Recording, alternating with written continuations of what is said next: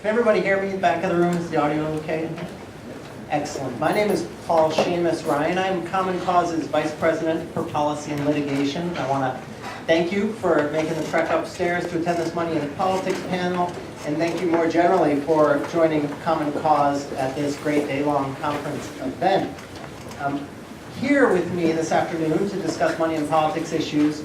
On my immediate right, we have Wendy Fields, who is the Executive Director of the Democracy Initiative, Lindsey Kerr, who is the Democratic Chief Counsel of the U.S. Senate Committee on Rules and Administration, as well as Bruce Freed, who is the President of the Center for Political Accountability.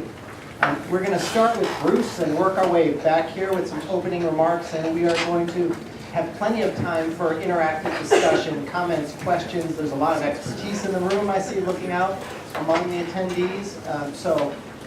Do think of any questions or comments that you'd like to make, add to our discussion, and know that we will have lots of time for that. So with no further ado, we're going to start with Bruce, who's going to tell us a little bit about his work to hold corporate America accountable and to make their political activities transparent. Thank you so much, Bruce. Thank you. It's a pleasure to be with everyone this afternoon. We face a daunting challenge today to address the threat of corporate money poses to our democracy. Why is corporate political money important?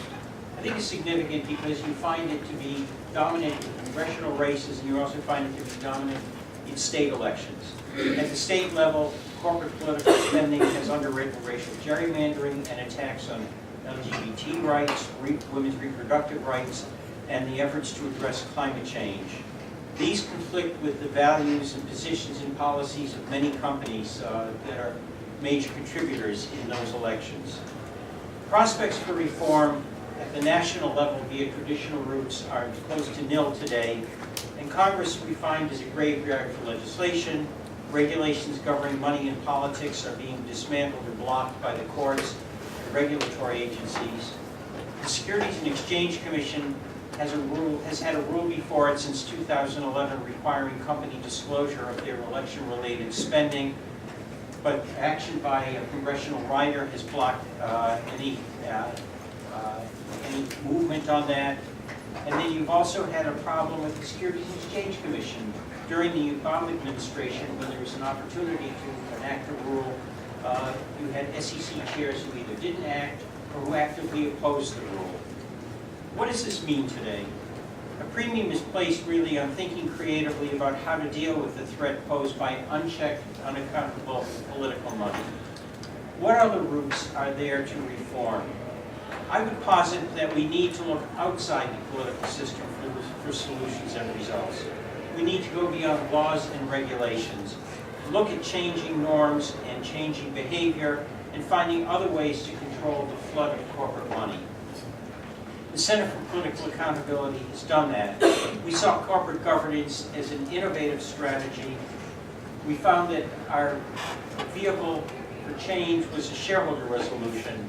Our interest has been in engaging companies directly to persuade them to adopt political disclosure and accountability policies. And we saw corporate governance as a way to connect with companies on their terms and on an issue that they could address. Risk was the key.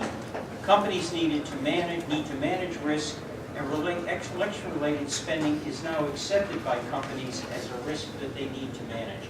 This is very, very crucial because it means that when you talk to companies, you're talking in their language, you're talking in concepts that they have to address.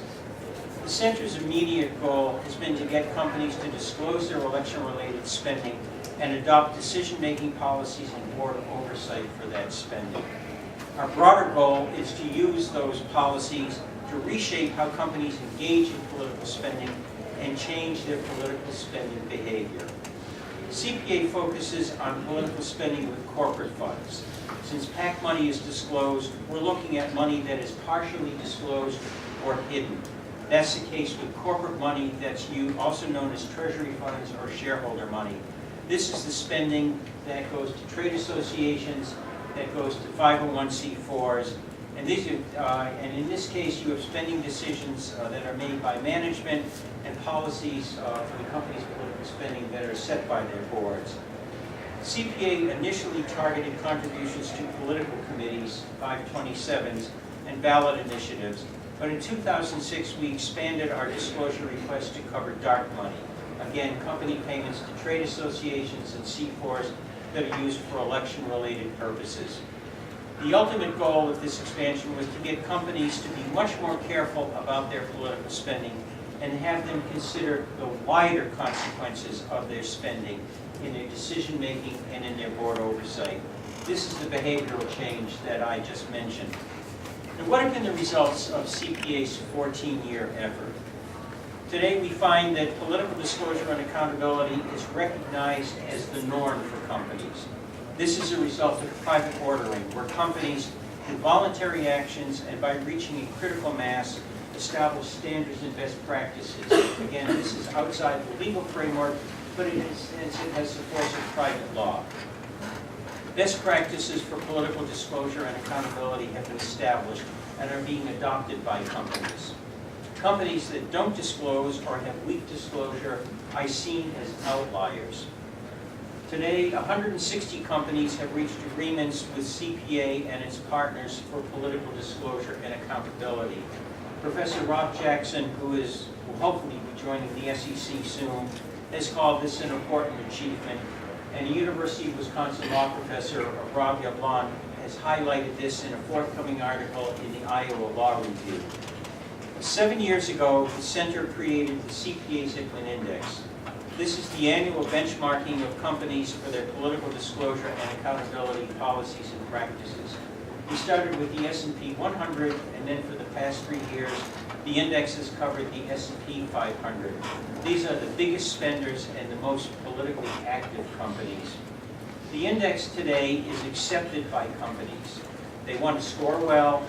The index, we also find, put pressure on them to adopt and strengthen political disclosure and accountability policies. When we do the annual data gathering for the index and send companies their preliminary scores, we hear from companies, and the companies are asking us, how do we score better? This is a very important tool along with shareholder engagement. Let me just run through some results from the 2017 index. We find that company embrace of political disclosure and accountability keeps growing through the Trump presidency. 50 companies today are trendsetters with a score of 90 or above. This is up from 41 last year and 28 in 2015. 158 companies, nearly 1/3 of the S&P 500, place some level of restriction on their election-related spending. This again compares with 143 last year and 124 in 2015. Of the 429 companies in the index for the past 3 years, the number that disclose or prohibit contributions to 501c4s has increased to 117 from 83. There's been a consistent and uninterrupted trend upward in the number of companies with some form of board oversight of their corporate political spending. We find that much work remains to be done, but a strong foundation has been laid that is addressing the democracy-distorting problem of corporate political influence and money. So with that, I'll turn it over to Lindsey and for another aspect of the money and politics issue. Thank you. Thank you for having me. I'm really proud. Can you guys hear me okay? I'm really proud to be here today with so many excellent advocates and experts. You guys are in the trenches day in and day out on these issues. And it's not really words to describe the value that you bring to democracy. I started on the Hill about 5 years ago. Before that, I was on the path to be an academic. And so when I first got to the Hill, people were like, what surprises you about the Hill? And the first thing I would say is that members of Congress actually work really hard. I think there's a perception of Americans that they're not doing as much as they actually are. And the second thing is the importance of advocates like you. Congress is chronically underfunded and overworked. And there's a saying that policy staffers have knowledge that is a mile wide and an inch deep, and there is some kernel of truth to that. And that's where you all come in. I can't tell you how many times in the last month I've frantically called Paul or Stephen or people with the Brennan Center or CAP for help. That was literally just the last month.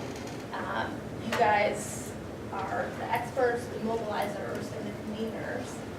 And I'm about to talk about two pieces of legislation that really wouldn't be possible without the work that you folks are doing here at this conference. So thank you. The overall topic of the conference couldn't be more appropriate given the challenges that we're facing right now.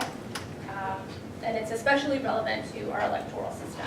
Most Americans don't have time to study, the intricacies of campaign finance law or election law, but they have a pretty good sense that things are broken. The lack of leadership, lack of reform legislation on money and politics, the proliferation of propaganda, the hijacking of the truth and reality, coupled with the fact that we have a foreign adversary who is attacking our election systems. All of these things have brought us to somewhat of a crisis point, and decisive action really needs to be taken to protect our democracy. In her capacity as the ranking member of the Senate Rules Committee, my boss, Senator Aiden Klobuchar from Minnesota, has two big pieces of legislation that are aimed at helping. The first one I'd like to talk about is the Honest Ads Act. There's Liz, who is one of the people that I was talking about, who I call frantically for help. This is a bill that Senators Klobuchar, Warner, and McCain introduced a few weeks ago that would bring more transparency and accountability to online political ads, because in many ways it is like the Wild West out there. And to illustrate how much it's like the Wild West, Senators Klobuchar and Warner decided to buy their own political ads. So we set up, with very little money or tech savvy, we set up a fake Facebook account called Dark Money PAC. And we bought an ad. We spent $40, and we targeted 3 groups of people. Senate staffers, which is a thing that you can do, DC journalists, and people who, through their likes or views, have indicated that they're interested in campaign finance reform. And so the ad said something like, "Who paid for this ad? Click here to find out." And within an hour of it being up, people were emailing me, staffers were emailing me saying, "I'm seeing your ad, I'm seeing your ad." Now, of course, our ad had disclosures and disclaimers on it, and when you clicked it, you would see something that talked about all the things that went into buying the ad and how easy it was and how we need transparency. But we all know that that's not the case for a lot of the ads that are running online. People are spending millions of dollars on online political ads. We have, a lot of the time, no idea who is behind it. So our bill would change that by amending FECA to update the definition of what an electronic communication is and what a public communication is, because it's way past time to do that. And the second thing it would do is require these online platforms like Facebook, and Google, and Twitter to keep a public file of the ads, meaning that you all, anyone, could go on and you could go onto a database, just like you would if you wanted to know who your neighbor's donating money to, right? You can go onto the FEC website. I love that's a fun thing to do. If you're a nerdy person, like all of us in the room. There will be a database where you can go on and you can see who's buying political ads, the content of the ads, who the ads targeted, that kind of information that is all available for broadcasters, but not for people who spend money on online political ads. So these platforms have an enormous amount of power. And here's just some quick facts to sort of illustrate how much power they have. Facebook has 210 American users. 160 million of them are daily users. So that means that Facebook is reaching 10 times the audience of the biggest cable or satellite provider. And it has far fewer obligations in terms of transparency than broadcasters do. Google and Facebook own 8 of the 10 most popular smartphone apps, including the most popular social media and email services that deliver news and information to people. Those same 2 companies accounted for 99% of the revenue growth from digital advertising in 2016. 68% of all Americans use Facebook, and 66% of those users say that they rely on Facebook to get their news. And finally, $1.4 billion was spent last election cycle on political ads online, and that's like 8 times more than the last election, and the trends all show that that's just going to keep growing. So we really have to do something. And in preparing our legislation, we met with some of the platforms like Facebook, Google, and Twitter. And they all recognize that something has to be done. And some, like Facebook and Twitter, have taken steps to improve transparency, but it just isn't enough. During the hearing last week in the Judiciary Committee, my boss asked the general counsels of these companies, okay, so you're coming up with, increased transparency, who would enforce it? And they all had to acknowledge that it's all self-enforced. The other thing that they had to acknowledge is that they're not addressing issue ads, which is really important because the general counsel of Facebook acknowledged that 90% of those 3,000 ads that were bought by the Russians were issue ads, not electionary communications. So, good, well-meaning people are struggling to figure out what is real and what isn't. And these companies who've collected billions of data points on Americans and are using it to sell billions of dollars worth of ads, have a responsibility that they're really not meeting. And it's up to Congress to update our laws to hold them to account. And so my boss feels really strongly about this. Our bill is bipartisan. We're adding members in bipartisan pairs. There's a lot of Democrats who want to join, but we're encouraging them to find Republicans to join with them. Senator McConnell recently said that he's skeptical about our bill, but we're going to keep fighting. The other thing that I want to quickly mention, I know I have like 30 seconds, is a second piece of legislation that my boss is working on that's somewhat related.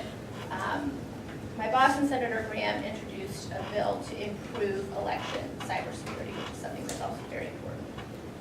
During the National Defense Authorization, the bill would improve information sharing between state and federal election officials. It would require experts to come up with best practices about cybersecurity, and it would give states the money that they need to shore up their systems so that they have the expertise to defend against cyber attacks. Today is election day, and we're 1 year away from the next federal election, and time is really of the essence when you think about what is required in order to actually get money doled out, have states buy the systems that they need, have them update, have them run the scans that they need to run to make sure they don't have cyber intruders on their systems now. This all takes time, and time is of the essence. And we really need to act, and from my boss's perspective, something she often says is we're expecting local county election officials to be who are running, running elections on like 30-year-old equipment, right? We're expecting them to be as sophisticated as Russian hackers backed by the Kremlin. And that's really not fair. So many folks in this room actually helped us to get our NDA amendment through. We had the support of McCain, Chairman McCain, and Ranking Member Reed, but we were blocked, unfortunately. We are working now on a new effort for standalone legislation. It is, again, bipartisan. We're working with Senators Langford and Graham and Harris from California to get it done. And so that's going to be introduced in the coming weeks. So the bottom line, I think, from my boss's perspective, is we need to do more to restore Americans' confidence in our political system. And these bills and the ideas that we're talking about today are a step in the right direction, and we would greatly appreciate your continued support in trying to sort of get the word out and assist us in pushing improvement. Thank you, Lindsey. So now we're going to hear from Wendy Fields. Wendy and her team at the Democracy Initiative are working at the grassroots. Wendy, tell us what you're working on, where you see prospects in the coming year and a half for reform, and how your team's going about orchestrating wins. Good afternoon. All right. So thanks, Paul and Common Cause team for the invite. Let me just step back for 1 second and just say that the Democracy Initiative is a coalition of 63 groups that represent about 35 million plus people across the country, mostly from issue groups, labor, environmental, civil rights movement, along with democracy groups. And about 4 years ago, some wise leaders from NAACP and Greenpeace and folks said, we are not winning. We're not advancing our issues. We're not addressing inequality. We're climate change is a problem. We're not winning in the justice system. And so to lead our democracy, the rules, the structure that allows passing of policies that we care about in this country to be stymied by money, and by an anti-democracy movement, which exists in this country, is not right. And we have a responsibility, as we represent our constituents across this country, to be a part of the democracy transformation in this country that is necessary. So, I just want to sort of always as a rule in this room, we have Clean Water Action, we have Communication Workers of America, I think I saw every voice come in, I just was with lots of with NAACP on a call, that in this moment, it is so much key for these organizations to build a demand, create a demand to support bills like Senator Klobuchar or the work that we're doing. And so that's number one. It's creating a grassroots demand for the addressing of reducing the influence of money, which is so toxic in our country today, in all of our politics. Number two, very clearly, we don't just work on money and politics. We have to work on voting rights, right? Because to work on one issue and not the other is like tying one hand around our back. And we have to understand that it's about the name of the game is participation. And I missed the speaker today at noon. I heard a little bit what he said, but the name of the game is participation. 59% of the people voted last year in the presidential election, 40 million more projected to vote less in 18. Many of the things we care about, the governing issues. So for us at the DI, our team, we say democracy is 365 days. It is not about the 3 months of election. This is about the 9 months, the 12 months, the 365 days where the issues we care about are debated and moved in our Congress. And corporations know that. And I appreciate what you just said, what you said at the beginning. They own the game. They play it every day, and we saw it. $2.6 billion spent by the banking industry between 15 and 17. And what did they get last week? They got a consumer bill that said we can't sue them. Right in the middle of Wells Fargo, Equifax, at the height of corruption in this country, they can play that game. So for us, this is about democracy 365 days. It is about increasing voting power in this country. It's not about just building power, it's about shifting it. And pretty quick. And we have 2 and 3 years, as Paul said, to do it. So what do we do? We get people to care about it, groups to put more in on it, lean on it, and we want to be more aggressive. So we've been focused on 2 ways. One, in some state and local initiatives, working in coalition across the country. We have some campaigns that folks can plug into. And I think that we're helping to make the case for national reforms, not just doing state and local reforms for the sake of it, right? We're doing it, to have folks anybody who wants to run should be able to run, regardless of race, class, sexual orientation, or their station in life, right? And so that's one reason. Second reason is to force the hand of elected officials. Everyone loves to sign on to a bill, but I wonder about what happens when the day comes when we have to vote for this stuff, when we have to disconnect ourselves and, like a drug addict, detoxify and not take money. So I'm not so hopeful that all the folks that sign on to the bill will vote for these bills, right? And act it. So we have to build a demand around it. So we have a few states that we're doing some local reforms. First, let me congratulate the folks who've been doing this work across the country for years, along with the Common Cause chapters and Public Citizen and the people from American Way that do this work with us. But bringing new folks to the field, we have an effort building in Prince George County, Maryland. Maryland is part of the 5-county strategy to win statewide money and politics reform in a few years.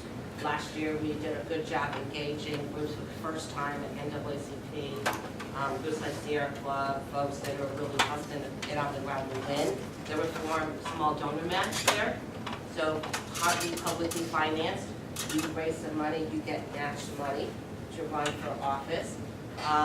We have a campaign, DC has a campaign that folks are really invested in and working toward that has a union component around for it's called the People's PAC. Folks can still use small donor money. I would like to give a shout out to labor and say that $2 checkoff has been what they've been doing, members have been doing for years, and have a right to do, and they can continue to give in that way. We have a campaign building, Missouri, for those of you who's active doing work in Missouri right now. The Missouri folks have a great opportunity in 2018 to run an omnibus bill. We feel really positive about this, that builds on their success last year on corporate corporate contribution limits. It's an omnibus bill that has redistricting in it, and campaign limits and some transparency, so we're really excited about that effort. We are building an effort in Cook County, Illinois, which is around small donor. Cook County, Illinois is larger than 20 states. It will be very impactful if we could win there, and that's not a ballot initiative, that's a local initiative. There's all kinds of discussion. I hear it now. Denver has going to try to take another run at small donor local reforms.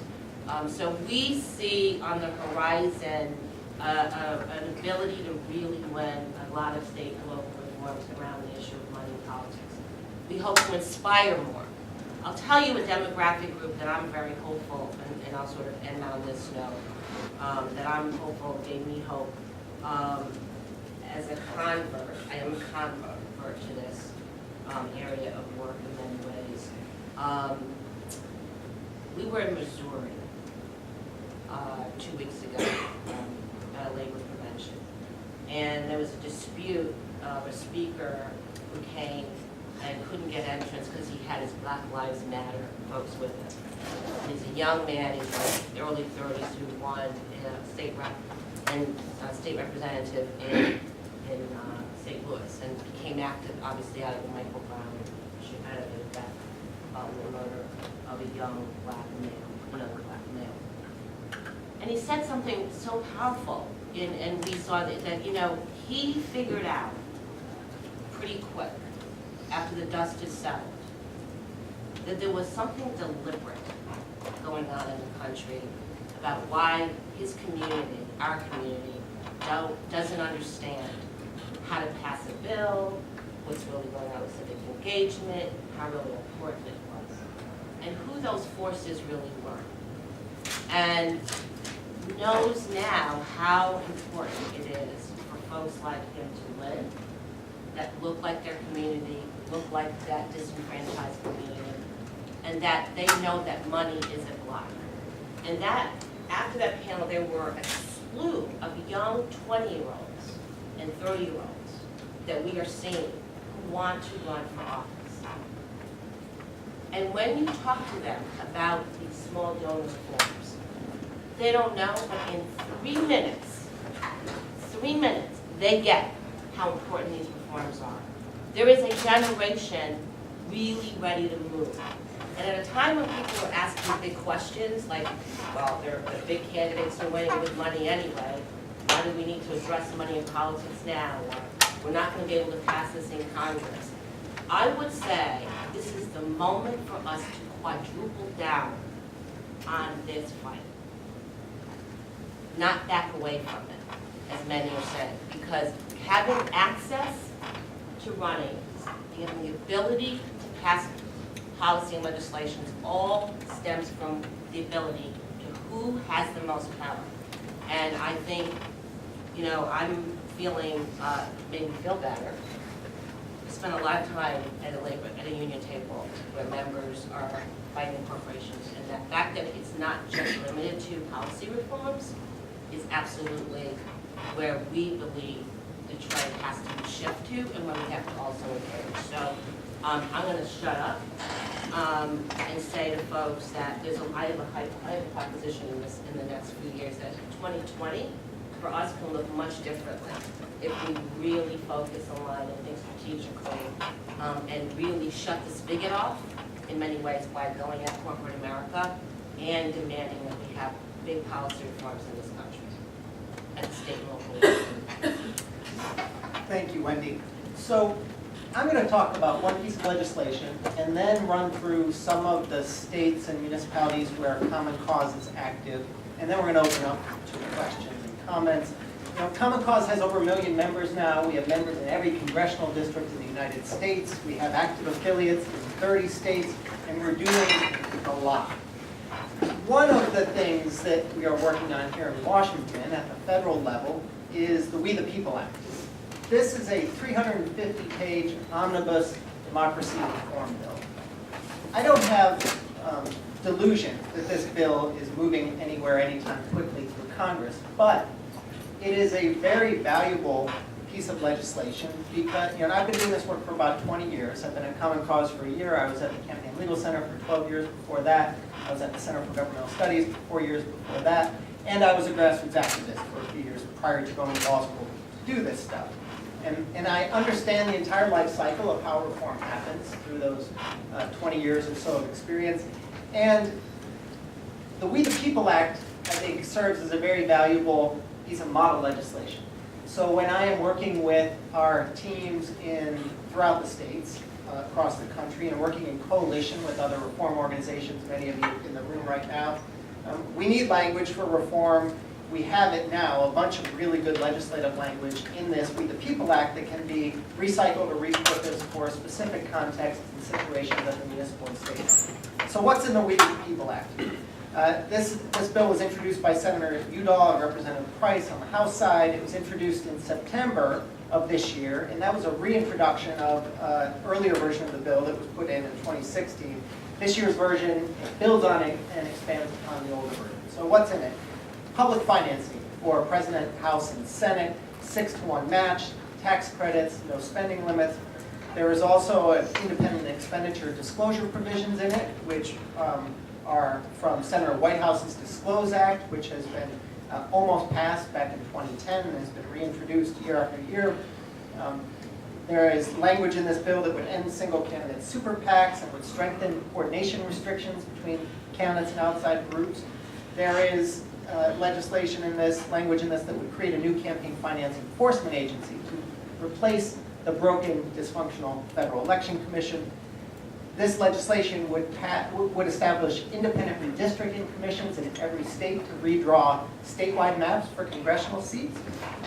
This bill contains automatic voter registration, same-day registration, and vote-by-mail provisions. And this bill contains a bunch of executive branch ethics provisions, including application of conflicts of interest, divestment requirements to the president.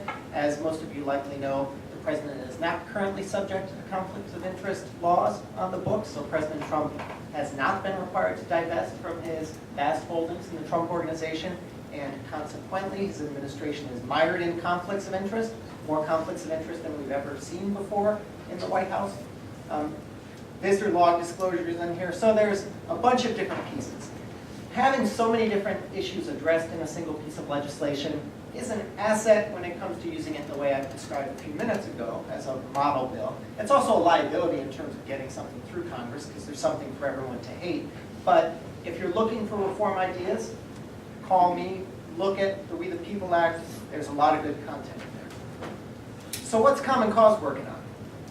Common Cause, in coalition with the Democracy Initiative, in coalition with the Campaign Legal Center, in coalition with Every Voice and a bunch of other organizations, we're working on a bunch of stuff. We are about to file comments on Thursday of this week with the Federal Election Commission in response to the FEC's advance notice of proposed rulemaking, asking the question of whether the FEC should update its rules regarding disclosures, paid for by disclosures on the face of internet political ads. We are right now we have about 20,000 signatories on our comments. We've got more than 2,000 additional Common Cause members who've clicked through our email on this to submit their own comments. And we're about to send this out to a broader segment of our list. And we'll hopefully be submitting somewhere close to 30,000 signatures on Thursday. We're working in Philadelphia to enact a public financing scheme. That bill has already had a hearing before the City Council Committee and is continuing to move. And if it is successful, the legislative phase of it, it will culminate in a ballot measure next year to amend the city's charter. We are working in Seattle on the implementation of Seattle's new voucher public financing system. We are working in Connecticut to defend a long-standing and highly successful public financing system there, which is under threat through the gutting of the funding mechanism in the budget. Connecticut has no budget. It's been a long time since Connecticut has had an improved budget, but the last couple versions of the budget that have been introduced would have gutted the public financing program. We are working in Rhode Island with the Campaign Legal Center to write regulations that will implement a disclosure reform law that was passed a couple years ago. We are working in New York City. Susan Lerner, the executive director of New York Common Cause, is developing or pulling together a working group to explore reforms for district attorney races, including public financing for district attorney races, as well as other aspects, troubling aspects of how district attorneys are elected in New York City. We are working in Oregon to craft a bill for public financing of state office holders, after having worked last year successfully to enact a public financing law for the city of Portland, which we're now in the process of helping to implement. We are working in Naples, Florida, to create an ethics commission and to update and overhaul the city's ethics code. And we are working with Wendy and Democracy Initiative in Chicago and in Cook County to enact a public financing program there. We're doing more, but that's a pretty good list to give you a sense of the geographic scope of our work, as well as the fact that we're working at the municipal level, at the state level, at the federal level. Why these particular reforms? The answer is pretty simple, especially when it comes to the money and politics reforms. Public financing, disclosure, coordination rules, all three of these reform areas, if enacted, if these campaigns are successful, these reforms can all be defended before this Supreme Court with its conservative majority. This Supreme Court has repeatedly upheld disclosure laws. This Supreme Court has upheld public financing. This Supreme Court, in fact, in Citizens United, it pointed to the wall between candidates and outside spenders, the laws that regulate coordination, as the reason it was unleashing a flood of unlimited corporate money in our elections. It said, don't worry, all this money will be disclosed, and it'll be independent from candidates. Well, neither of those two things are true as a factual matter, because the laws are deficient. But if we win these campaigns, when we win these campaigns for these reforms, we will be able to defend these laws even before the U.S. Supreme Court. So that's why our focus is there. It's strategic. These will have great impact and will dramatically improve our democracy when we win these reforms. That's why we're doing what we're doing. Now, I have a couple questions, one for each of you, and then I'm going to open it up to comments and questions from everyone else in the room. But Wendy, for the sake of being self-critical, not solely with respect to you and Democracy Initiative, but more importantly to the broader reform movement, what do you identify as the deficiencies in our current reform efforts? I'm not talking about the substance of the policies, but historically, over the last 30, 40 years, as long as there's been a campaign finance reform movement, what haven't we done as well as we need to do it? How do we do it differently to get more wins? Great question. I think that it is really important for us to really see this as about democracy, as about not just a wonky intellectual movement, and not having this messaging conversations framed in a way that really people can relate to. And that is, it is a relatable issue. We saw it in the last presidential election. We know that many candidates around the country like to run on these because they know it's about people power. And so that to me is a really major issue. The second issue is that it has been really a white, upper class elitist kind of vision around how we talk about this. Not a very inclusive movement, and that we work really hard. It's one of the reasons why we work there with great intentionality around making sure these campaigns are rooted in communities of color, where blue collar workers, where young folks really can be motivated around the campaigns. And so really, it's about really, when we talk about power and voice, it's a right, and it's a way that we should function. And so really not making it relatable has been an issue, not being diverse, and not rooted in a conversation around winning the hearts and minds of folks. I think the third point that I would make on this is that, and obviously as a grassroots of my job is to connect the grassroots, but I'm coming from a long history of how you win, and how you is to really be thinking really much more boldly and large. So a lot of the work has been incremental in some states versus trying to really build out a broader strategy. that really connect so that more folks are engaged. The grassroots building is a plus game, not a minus game. And so for us, that's the way I think about the work, the way we think about the work. And it's not a service. We shouldn't wait for elected officials to do the right thing. That's not going to happen. Right? We live in we let people and we sort of push back from the table. Civic engagement is really important. That's a part of the governance, how things are done. So I would sort of say those are the top lines. How we do it, we run campaigns. We talk about it from the grassroots. We connect folks at the table who are doing the strategy from the beginning. And we go into communities. I think the DC, Cook County, Chicago, focus on PG County, which is majority African American. More women's groups are sort of saying, okay, here's the strategies. So I think we want the design of the campaigns, and we have to invest in them. And it's not all going to be done online, folks. These are tough, longer conversations to have with people, and we have to be thinking about this in a more neighborhood-based campaign way as opposed to just a complete transition to online. Great, thanks. Lindsey, I have a question for you, but first I should have mentioned that in the conference packet that you've got at the registration downstairs, there's actually a summary of the Honest Ads Act, Senator Klobuchar, her colleague, their bill. There's also a summary from Fred Wertheimer, Democracy 21, and the We the People Act. So those are in your packets. Lindsey, question for you. Could you tell us a little bit about the path forward for the Honest Ads Act? Both sort of technical, what's next? Do you think there'll be a committee hearing? If so, what's the timeline going to be? I also want to applaud you and your boss's hard work for getting Senator McCain on the legislation, a Republican. What do you see as the path forward politically, as well as sort of the nuts and bolts process or procedure? Yeah, it was hard. I think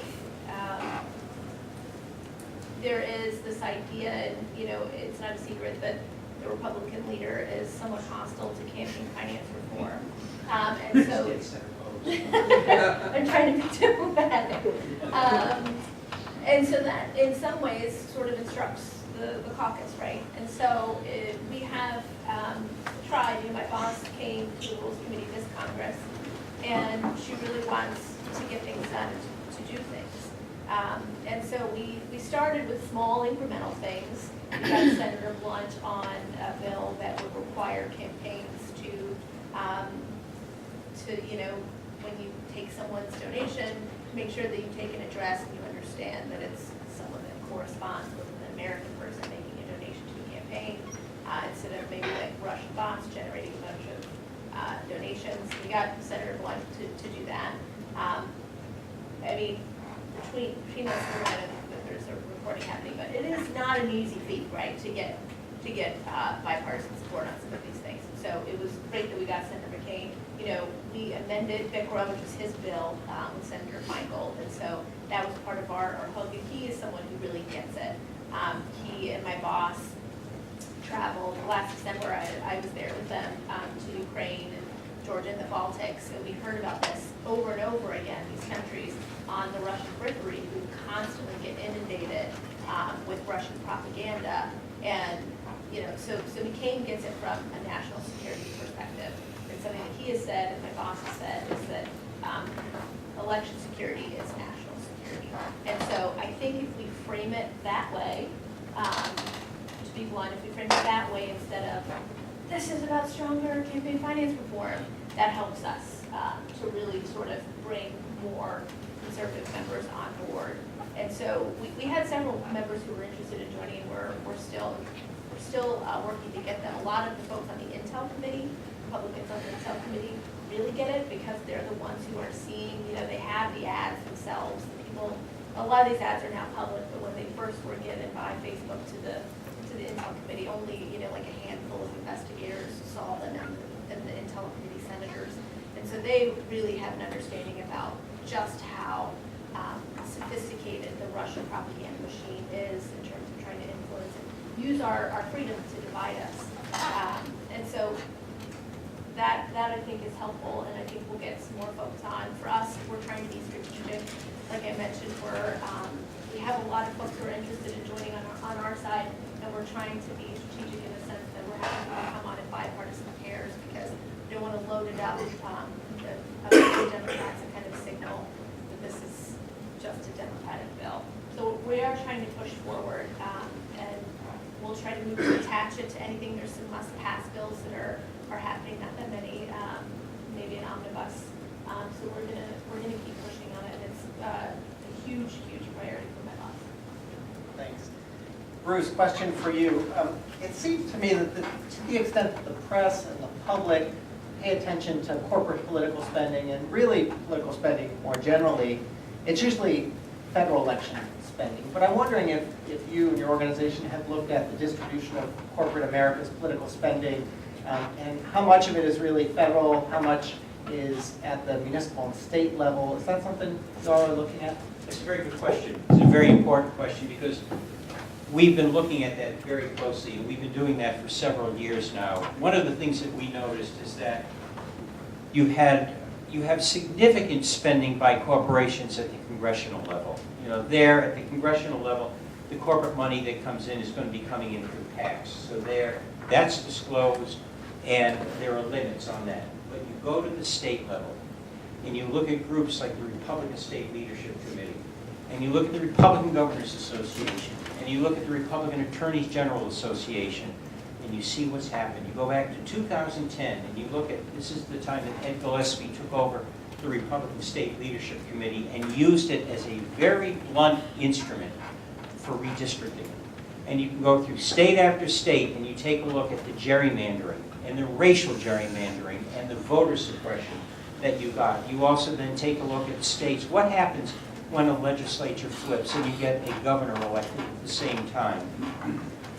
North Carolina brings you HB2. You know, you have the attack on reproductive rights, and again on LGBT rights in Indiana. You go and you take a look just recently at Missouri, where you had a Republican governor elected, and you have a very regressive, anti-abortion legislation that was passed. And you see, and when you take a look at the corporate money that goes in at the state level, there are no limits when companies give to the political committees, the 527s for state level spending. So you have, a company like Pfizer that's giving 7 figures, $3 million or so. You have major corporations giving 5, 6, 7 million, 7-figure contributions to those groups. They also then give through their trade associations. So you have a company that can give 3 times, 2 trade associations and 1 company. And that massive amounts of money that go in at the state level.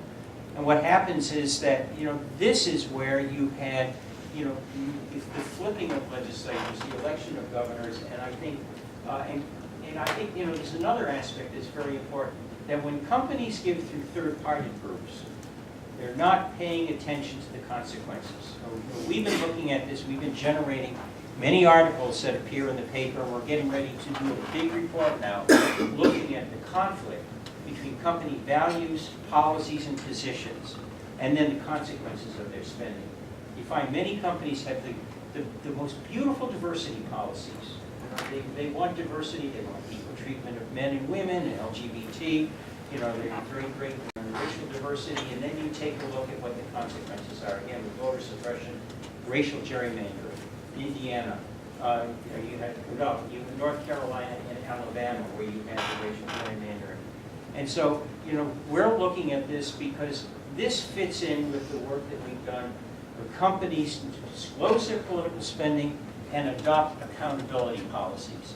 That decision-making, the decision-making within the company to get as broad decision-making as possible, and having them look at what are the consequences, narrow consequences and broader consequences of their spending, and then to get meaningful board oversight. Adoption of policies by the board on when the company will spend, whether it will spend. What are the factors that you take into account looking at this? All of these things are very important. So, you have to look at the state level, and that's something that we're doing because that's where you can hold companies to account, and they're very sensitive about that. Great, thanks. All right, what do you all want to talk about? Do you have any comments, questions? Got one right here up front. I'm wondering what part of corporate political contributions are tax deductible? They're not. None. No. Okay, what about the organizations like the NRA, or in fact the Brady, who have set up a research organization that is 501c3? See, the C3 contribution is tax deductible, but if you give to, let's say, a C6 or a C4, C4, that's not deductible. If it's election related, if it's lobbying related, it's not deductible. I mean, we deal with this all the time because one of the things that we did back in 2000, we have a shareholder resolution that we drafted, and it calls in companies again to disclose their spending, disclose disclose and adopt decision-making policies, and have board oversight. And when we expanded it for the 2007 proxy season to cover trade associations and C4 spending, that's where we got into the whole issue of deductibility, because the portion of a company's payment to a trade association that's for lobbying and election-related spending is non-deductible, and we ask companies to disclose that. It's a great segue, though, to a provision in the tax bill that was introduced last week, which would weaken the Johnson Amendment, which has been on the books for more than a half century, and that's the provision of the federal tax code that prohibits 501c3 organizations from in any way intervening in a candidate election. President Trump has threatened to push a repeal entirely of this Johnson Amendment that would allow tax-deductible contributions to a C3 organization to be used to influence candidate elections. The actual provision in the tax bill doesn't go that far. It does, however, permit churches, and that's the word used in the bill. It doesn't include explicitly other houses of worship or organizations, but it allows churches to have within their sermons and other public events that are part of the organization's regular business. We don't really know what that means, but that's the standard in the tax bill provision, to do express candidate advocacy and other candidate election intervention. Common Cause, we have mixed feelings about this. Internally, privately, we're saying, well, it could have been a lot worse. We feared something worse was coming. But we very strongly oppose this provision nonetheless, because if it were to pass, A, it's just bad policy. Most clergy oppose this repeal or weakening of the Johnson Amendment. We also worry that this would be a step in the wrong direction. Most of you in this room probably remember the controversy around the IRS and Lois Lerner several years ago, when the IRS, in my opinion, was trying to do its job of correctly policing the extent, correctly monitoring and enforcing restrictions on the extent to which C4 organizations can get involved in candidate elections. Career staffers at the IRS lost their jobs, spent their entire retirement savings paying lawyers to defend them before ridiculous congressional committee investigations into this. This bill would thrust the IRS right back into that same, sure to be controversial, necessity of determining how much of a church's activities is de minimis, that's the standard in the provision in the tax bill, and whether or not this politicking occurred in something that is in the regular course of the church's business. We don't want to push the IRS back in that position. We don't want any weakening of the Johnson. May I ask a follow-up? Sure. What about so-called issue ads, which can be targeted to have an effect indistinguishable from supporting one candidate? I think it's really important to distinguish, when we get into this realm, distinguish between candidate advocacy, sham issue advocacy, and pure or legitimate issue advocacy. And in the middle category, sham issue advocacy are the types of ads that mention a candidate, but the people paying for these ads say, no, that isn't really about the candidate. That's about an issue. We just happen to run it 2 weeks before an election, but we don't say vote for or vote against the candidate. Lindsey was, when she was describing the Honest Ads Act and the expansion of the electioneering communications provision, one of the fundamental pillars of the McCain-Feingold law passed in 2002 was to expand the scope of federal campaign finance law regulation beyond express candidate advocacy ads that say vote for or vote against, to instead include within the scope of campaign finance law any TV or radio ad that mentions a candidate within 30 days of a primary or 60 days of a general. And Lindsey, maybe you want to talk a little bit about how your boss's bill would expand that and bring it up to date. Yeah, and so one of the things that was, so if you run an ad on TV, right, it doesn't matter if you're the NRA or whatever issue ad that you're running on TV, if it's an issue of national legislative importance, that ad goes into a public file that good government groups can then go and access. And there's transparency there. One of the reasons that, and when we were sort of thinking about this legislation, we did get people raise flags and said, oh, you're going to be regulating issue ads on the internet, and people will criticize that, and there's First Amendment concerns. And this is something my boss is very passionate about, because we know that you have the ability to target ads to people online, and nobody will know about it, right? So I could target an ad to an African American community in a specific county and tell them, hey, you can text your vote, which actually happened on Twitter a bunch, right? You saw people holding Hillary signs saying, text your vote for Hillary here, or you can vote online here. Just a total spread of misinformation. And because it's not running on TV and it's targeted just a few people, if those people don't make that public, nobody would ever know that it's happening. And so that's why it's really, really important, the targeting. There's been things in the news about some nasty targeting about people based on, if you have a Jew hater preference, right? You can target people that might be anti-Semitic. You can target people in some really gross ways. And Facebook is doing things to try to address that, but there needs to be far more light on that process. So that's why it was really important for us to include issue ads in the transparency piece. And that's something, like I said in my comments, that the platforms have pushed back on, and their argument is that there's too many issue ads, and it would be really hard for us to try to teach our machines to identify which ads are issue ads. And my boss's response to that was, that's sort of like, Coca-Cola saying, we make too many bottles or cans of Coke, so we can't ensure all of them don't have poison in them. It just doesn't make sense, right? They make so much money, they've got some of the brightest minds, they can teach their machines to identify when something is an issue ad. They also complain that the definition of issue ad is too vague, which there is some merit to that, right? I mean, the FCC has made some clarifications about what a national issue of legislative importance actually means. But I think we can all sort of wrap our brains around the things that are sort of on the national conscience, up for debate at the national level consistently. Things like immigration, abortion rights, climate change, those kinds of things are very clearly issue ads. And if, they can teach their machines to not advertise alcohol in Middle Eastern countries. They can teach their machines not to run a Ford ad next to a Chevy ad. They can teach their machines to do a million crazy things. And I think if those of you who watched the hearing in Judiciary Committee, Senator Franken had a very heated exchange with the general counsel of Facebook, where he basically said, Google has all the human knowledge in the whole world, like you're telling us that you can't do this. Your whole purpose is to connect data points, billions of data points. You can't manage to connect some really basic data points in order to bring more transparency and accountability. There's sort of something wrong.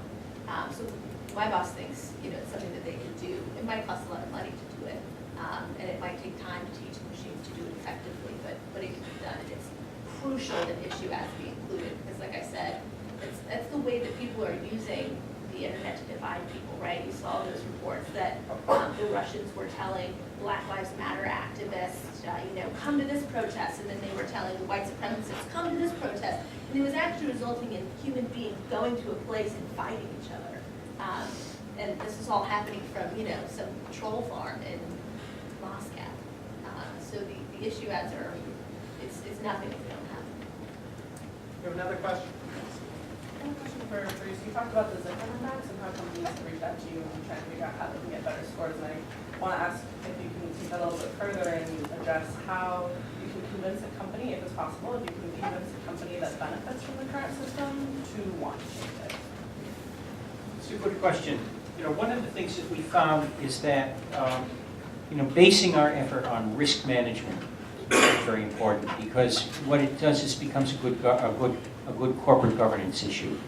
And we find that, that when we worked with the conference board in 2010, writing their handbook on corporate political activity, that really provided the basis. It really firmed up the work that we had done on focusing on the risks that political spending poses to companies, to shareholder value, to companies themselves. So there are companies that are active politically that also see disclosure and accountability and good policies, which are score well in the CPA-Zicklin Index, is in their benefit. I mean, it helps them get control of what they're spending money on. It helps them get control on where they're going to be spending money, the type of activities they engage in. You have companies like Microsoft, which are major political donors that have very, very good policies on corporate political disclosure and accountability. And it's the same thing with some of the pharmaceutical companies. There are holes. When we do work on the index, we look to plug those holes. For us, the major holes would be the disclosure of trade association payments and policies on contributing to C4s. But what's interesting is that we're finding now that companies that have not adopted disclosure or have very weak policies are seen as outliers, and the index really highlights that. The press has been very helpful to us on this. When the index comes out, they will, for instance, out in San Francisco, the San Francisco Chronicle got in touch with Silicon Valley companies. Companies that scored poorly on the index, and we found that prompted some of them to give us a call and say, look, we got a call from the media, we're getting bad publicity, what do we need to do to improve our score? They say we don't engage in much political spending. We say just post policies on what you do and what you don't do, and so that has been very helpful. So we find that companies now, by viewing this as good governance, that creates pressure on them to adopt these policies. And then once the policies are adopted, that's an incentive internally to start dealing with the consequences of their spending. Rob, back. Well, just as a follow-up to that, we're talking here about public companies, the Fortune 500 and so on. How about private companies, the things like the hedge funds, the other financiers, if you will, who do not have to file with the SEC? What do we do about them? Then they're even more able to use black money because there's literally nobody they have to report to. Oh yeah, this whole issue of the private companies is one that that we've had discussions with some leading corporate governance experts, both academics and then lawyers, and this is where private ordering comes in, because as I mentioned with private ordering is where a standard is created by virtue of the number of companies that adopt a policy and practice. That it reaches a tipping point, and then it's considered almost like a best practice, and you become an outlier if you don't adopt that. If you're looking at companies like Koch brothers, that's going to be a long haul, but the fact is, there very well could be a tipping point where I think a significant number of private companies will feel that this is an expectation that they have to meet on that. This is an area that presents a real loophole. Our focus has been on the public companies because you can deal with them through shareholder resolutions. You can deal with them, through the Securities and Exchange Commission. But I think, if you're looking down the road, there is a likelihood at some point that you will be able to, I think, some of the privately held companies create that pressure on them to adopt disclosure and accountability policies, just the way they have to follow some, the accepted standards on accounting practices. Yes, as long as Citizens United is not overturned, and they consider it free speech to donate as much as they want, and it's legal, what can you do? Really, shaming I don't think really works on people like Trump and the 1%. I'm happy to comment. First, with the point of clarification. So Citizens United was about independent spending. It was not about contributions to candidates. It is permissible under the Constitution, even with this Supreme Court majority, it is permissible to prohibit outright contributions from corporations to candidates and to political parties. That is the law at the federal level. It's the law in about half the states. That's point number one. It is permissible to limit corporate contributions to candidates and parties. And I think that is an important point of law. When it comes to independent spending, all we can do with this Supreme Court is transparency. We don't have it today. You know, Bruce is working hard with his organization to try to shine light on some of this activity, but the laws aren't doing you much, aren't giving you much help at the federal level or at the state and municipal level. So, Common Cause, our reform efforts are largely focused on transparency around all money in politics, including corporate money in politics, whether it's money being given to candidates or parties, money being solicited or raised by candidates and parties for outside groups, or money being given directly to or spent by outside groups. We need better transparency for all of this money in politics and all of this corporate money in politics. And also making sure that in jurisdictions that don't have restrictions on corporate money going directly to candidates and parties, that those restrictions do get enacted. Those are still constitutional. I think the other thing too, I came from, my first job on the Hill was with Allison, who is wonderful on this stuff. And what he would say, I think, if he was here, is people power, right? Something that Wendy was talking about, collectively using our voices, because Citizens United was increasingly drowned out by corporate spending. So coming together to, in a grassroots way, make voices heard. We saw it in healthcare reform efforts, right? People band together, and that worked. We're going to see it, hopefully, with tax reform as well. But I think coming together, to make sure that our voices can sort of be louder than some of the corporate money is also really important.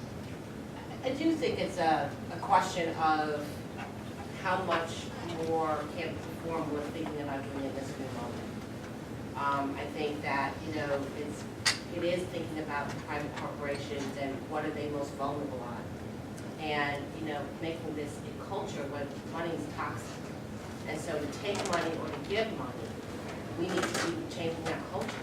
We shouldn't support people who take a lot of money. We should be actively supporting folks that do.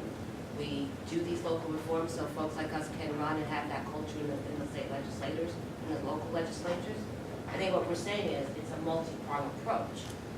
Paul asked me before, what do I think one of the things that I do think we're not doing well? Again, the scale, I think we're not touching this in a way that really does impact the amount of money. I don't think it's impossible, right? I think it's us making a deeper commitment, like some of these bigger organizations like Sierra Club, those folks who have a lot of assets, who have a lot in the game, who have legislative departments. They're asking their members every day to engage in political action. We have to get more of our culture and more of our groups adopting democracy as a high priority issue. What we say at the DI, democracy is the unifier. It's a unifier. It cuts across, it impacts everyone. Race, class, gender, sexual orientation. It used to be, I did this too, right? In my fight, my silo, United Auto Workers, we deal with some of the largest private and public corporations. Democracy was a voting rights issue down here. We can't do that now. Democracy must be up here. And so I think that's the first thing of the game for us. And we got to be thinking bigger and broader. And I said it earlier, people, I say where I go, this is a moment for us to triple, quadruple down. So some groups need to be thinking about small donor. You've got Paul, who knows this probably better than anybody, right? I don't need to know this policy. And LA knows what I like when I go to shows sometimes. But it's a moment for that, right? Because I think there's so much at stake. You can't shame anybody. I don't believe in shaming, right? And so for DI, we believe in, a lot of the groups take direct action. We didn't win civil rights in this country because we were waiting for the right to vote, waiting for some Supreme Court to write a decision, or, I'm sorry, I like elected officials. I used to, I kind of don't much more. But I'll be honest, right? We had to demand that. So the question is, what's the priority? How much are we willing to invest? How much are we willing to put on the line for it? Right, Liz Kennedy's here. If I don't go anywhere, if I'm in the wrong place, she's not in the same place, right? That if we're not all saying, even if we're working on voting rights, we're working on money politics. And if we're working on, if I want climate change, why is Matt in the back spending his door can this time on clean water action saying, you gotta do something about the water, but I also want you to know about money politics. And this is the moment for us to say, is democracy our #1 issue? Or do you want to live in an autocratic society? It's up to you. And that's the question we put on the table today for us, I think. I think one of the things you also have to take a look at is the role of social media. What I noticed this summer, when you took a look at the exposure of Bill O'Reilly's predatory sexual behavior, and then what happened, you had companies that were advertising in the O'Reilly factor, and they found that their ads on that became toxic. Subaru pulled its ads. Companies that discovered that their ads were popping up on Breitbart, and then they went to their ad agencies and they said, pull them. I think social media becomes very, very important because for companies that are consumer-oriented, that have to worry about their reputation, they don't want to be associated with that stuff. And I spoke recently with a person, former senior vice president at a major company. Now he's with an association as general counsel, and he was concerned about this whole association of companies, through advertising, but also I raised the issue of the issues, racial gerrymandering, attack on reproductive rights, LGBT rights, again, HB2 always comes up. That is extremely important, and I think that's a very, very important tool to use to start putting pressure on companies. And I know of companies that, because of disclosure, have now been paring back their payments to trade associations because some of their clients see for the first time how much they're giving to the U.S. Chamber of Commerce. And the client will come to the company and say, we're not very happy with that. And the company makes a bottom line decision. You know what, we want to keep that client. And so companies will start slashing their payments to groups like the U.S. Chamber. So I think, all of these things become extremely important as a way to put pressure on companies to start controlling their spending or curbing their spending. I would argue that that is absolutely the foundation of it. And I would also argue that disclosure doesn't mean just how much money, but the actual act and what the violation is. And so speaking truth to power, it was different when Trump said, I said I was going to say that again. But anyway, what he said was the pee grabbing, right? Am I a lie? No. Yes. No, we're just recording. You are being recorded. Okay. We'll be on it. Okay, so when they say pussy grabbing versus Harvey Weinstein, why did one get away with it when the other one didn't get away with it, right? That's that big question. Because A, more money was involved, consumers, right? And more people told the story. Flint, Michigan, if we know who poisoned the water, we know we kind of know why they poisoned the water. We kind of know who supported the candidates. You got to expose, the disclosure isn't just about the money. We have to be telling the stories about what the bad things are they are doing with the money. So when I say I was outraged by the banking bill, we can't sue the bank, right? Not that I was gonna, but we can't. I don't have money in a bank. No one here should. You should have a credit union. I didn't say that. I know someone said you told me to put on my application. What I'm saying is $2.2 billion to absolve them from being sued after Wells Fargo, after Equifax. People say that and they're like, no way. Yes, way. So the disclosure to me is also us, the way you all, when you're moving your reforms, tell the story. You've got to tell the story in a way that moves people here, not just here. It's 3:14, so we have time for one more question, if there is one. Any other questions? Yes, there's one over here. Just a quick, perhaps naive question. We're talking about politics and political campaigns. Would it help before the period of political campaigns as they've done in some European countries? The barrier here is the First Amendment, unfortunately, and I don't think that we are ever going to see laws that prohibit people from talking about running for office as early as they want to. And That's a big distinction between the United States and some of these other democracies in history. Any other thoughts on? Well, the thing, and when we were drafting our bill, all this and other folks, the definition of what an electioneering communication is a pretty short window, right? 30 or 60 days before a primary or general. And that's just totally outdated now when you think about how early people are starting to advertise. We know that, those Russian ads were running in 2015. And so we wanted, and this is something that's in the Disclose Act, which Paul mentioned pieces of, but we wanted to extend the definition in terms of the time frame to be the whole year so that there was more disclosure. And that was in our negotiations taken out. So I just say that as, I agree wholeheartedly. And there needs to be more transparency relative to the fact that things are happening way earlier than that 30 to 60 day mark. But it is not without controversy, unfortunately. But I would say we should keep the pressure because Yes. people hate ads. We hate them, right? They pop up, they get, so I do think there's a way to sort of talk about that period in terms of the amount of money these folks make within the media market, right? Because again, they are making money, we gotta make the price, there's gotta be a price to pay so that the carrot and stick work. So I think it is the right direction to go.